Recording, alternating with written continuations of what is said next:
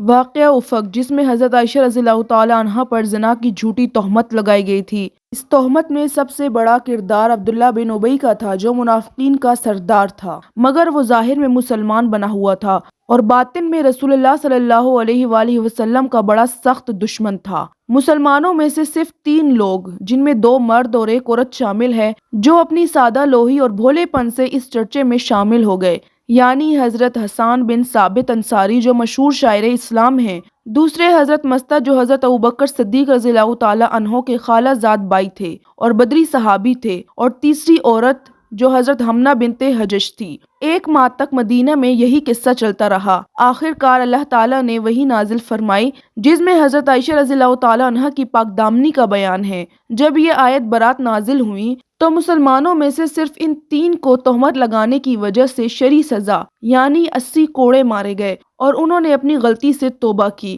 عبداللہ بن ابی کے متعلق ایک قول یہ ہے کہ اس کو سزا نہیں دی گئی، اس لیے کہ وہ منافق تھا اور اس معاملے میں منافقین سے کچھ نہیں کہا گیا۔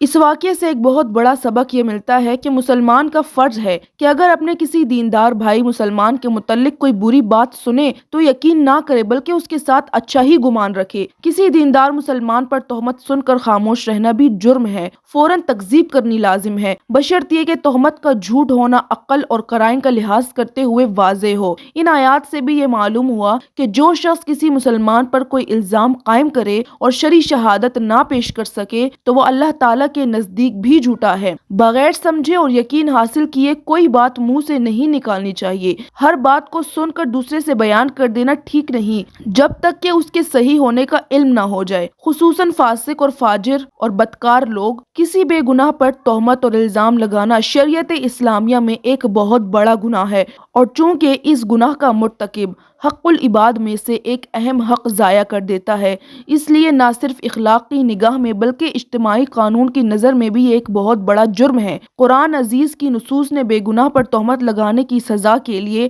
80 کوڑے کی سخت سزا اسی لیے تجویز کی تاکہ کسی کو بھی یہ جرأت نہ ہو سکے کہ وہ ایک پاک دامن انسان پر تہمت لگائے۔